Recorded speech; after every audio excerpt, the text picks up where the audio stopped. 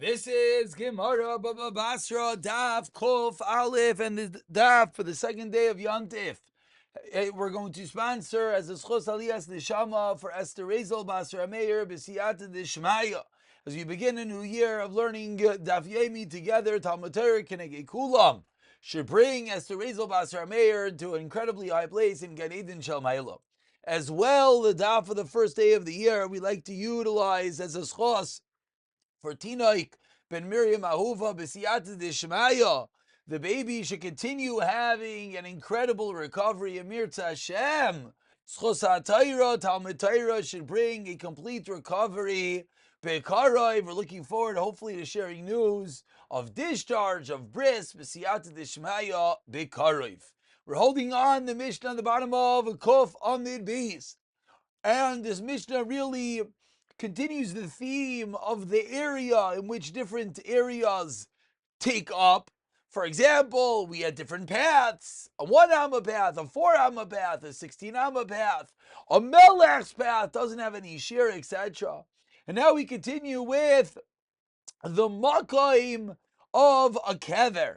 Now this is referring to back Bisman HaMishnah, the dead, the Mesim were buried in these catacombs, they call them. I don't even know if I pronounced that right, but these are holes in the walls, inside caves, inside subterranean chambers. They carved out areas, they would slide in the mita of the mace. The question is, how big, etc. Let's get to it. So you sell an area to your friend, a lot, in order to make a kever, an underground cemetery, these areas to bury the dead, or you accepted a contract to make such an area of a land that you already owned. So what are the qualifications? What are the shiurim? What are the guidelines of this Makai Ma'kever? Says the Gemara, you make the toich, you make the inside of the ma'ara, of the crypt, of the area that you bury the dead. Dalet amois al sheish. It has to be 4 amois by 6. And you could, it's open into it 3 kuchen.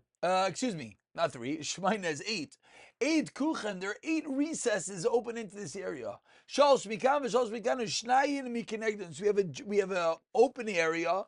2 opposing that area is going to be 2 areas for 2 dead, and 3 on the 2 sides.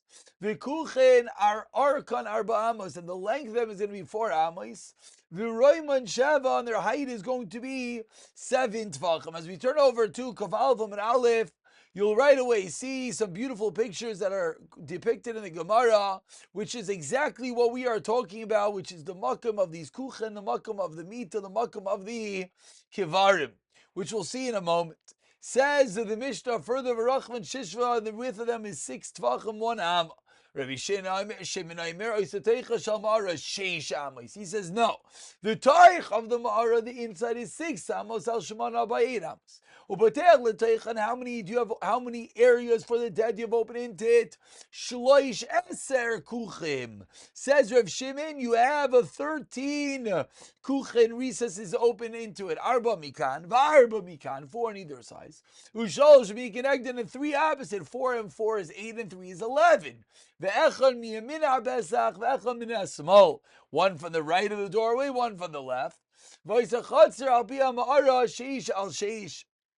Sorry, before we get to the chutzner, so how did Rav Shimon get to the 13 that he was referring to?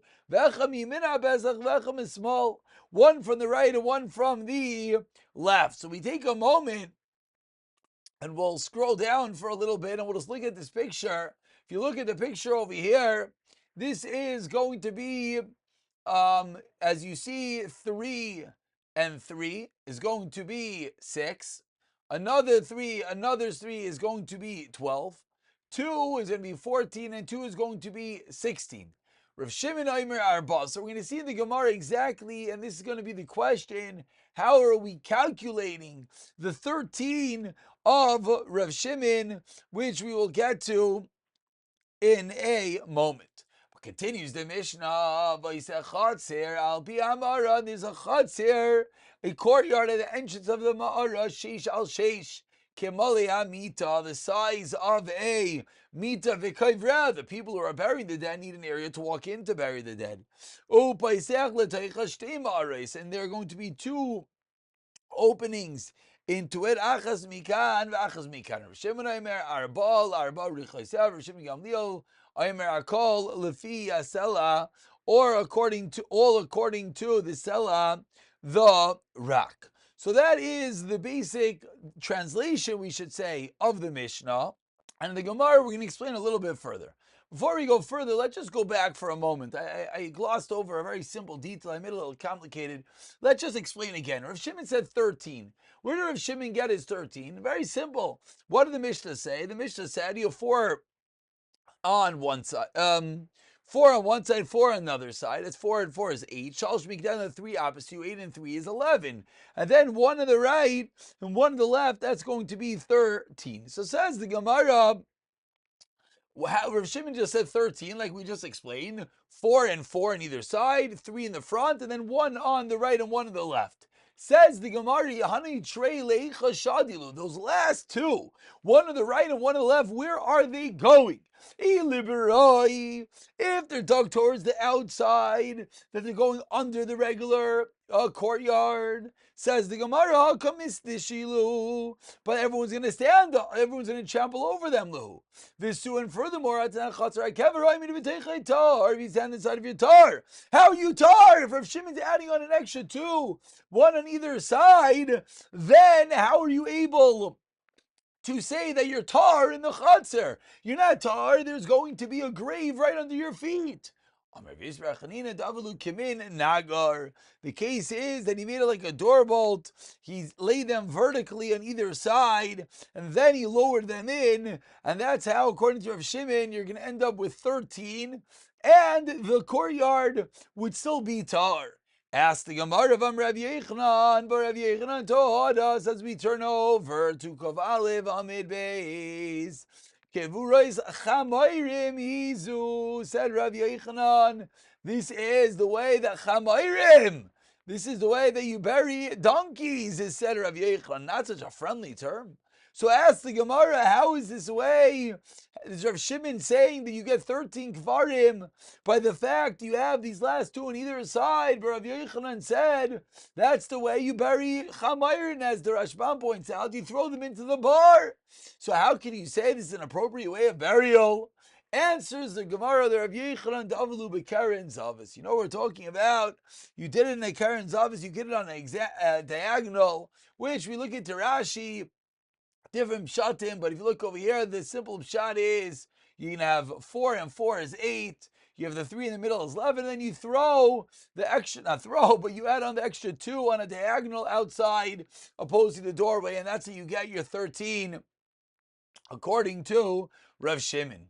Asks the Gemara, okay, so you figured out your 13, but 1 second, but they're touching each other. How are you able to make the burials in that mannerism? There's a greater depth. Of course, you could have higher and lower, so the 2 on the diagonal will be a little bit lower. If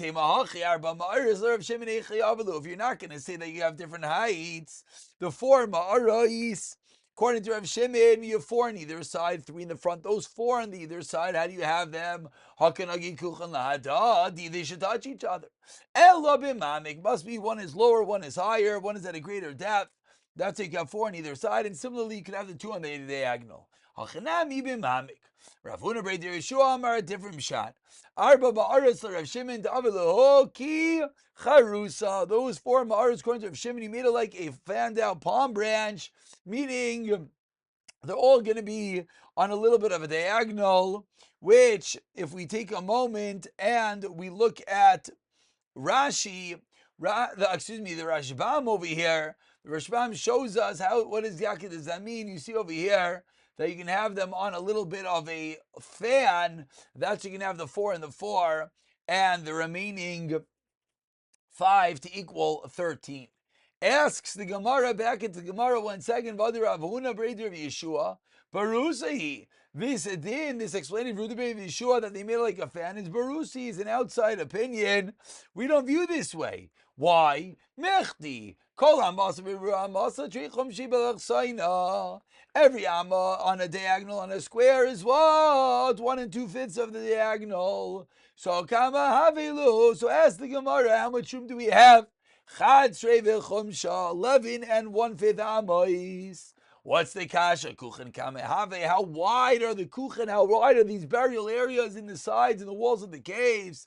Timanya. We know that there are 8. So therefore, Tamanya v'chadshre v'chomsha echem mishkachaslu. How can you have 8 of these holes in 11 1/5 amma if each of the holes, each of the recesses is 1 amma wide? And then you need a space of an amma. So to get 8 in there, you're going to need something like, 14 to have those 6 spaces in between the 8. Elohim. So we don't like this teretz. We stick with our original teretz, which is that there's aleph in the picture, which is that they're on those 2 diagonals. Continues the Gemara The way that we're going to explain is like Rav Shisha B'Rei Rav Idi, that there were mini graves dug for burying stillbirths. Hachanami benifli, that when Rav Shimon said you could have 13, it's not 13 full-size graves. It's going to be 11 plus another 2 mini graves for the stillbirths. Tanan Hasam, and we conclude that we learned in the Mishnah Moitzi Meis Mushchav Kiderech Kidarkoi. If someone found a corpse lying in an area you didn't know there were corpses lying in the usual way, Vestefusasai. Night live Vestefusasai. Can move it along with the earth that's underneath it, because we assume it's not a regular kever, because the fact that just lying haphazard, you pick it up with the land underneath it. Shnayim, if you find 2 dead bodies, the same din. But we turn over to Kaf Bezam and Aleph, where really this is more of a hakdama, introducing us into the next sugya, Matzi Shleisha. If you find 3 graves on the floor, so that if you're going to have 4 to Me'arbavad Shemaina from 14 Amois, in between them are Shchenas Kfarais. It's considered a burial ground, a basic virus, and you have to search from there, Lalon, Esrim, Amma, in order to see if there's any other Kfarim in that vicinity. You find 1 Kaver at the end of those 20 Ammais, because there's a reason, plausible reason to assume if you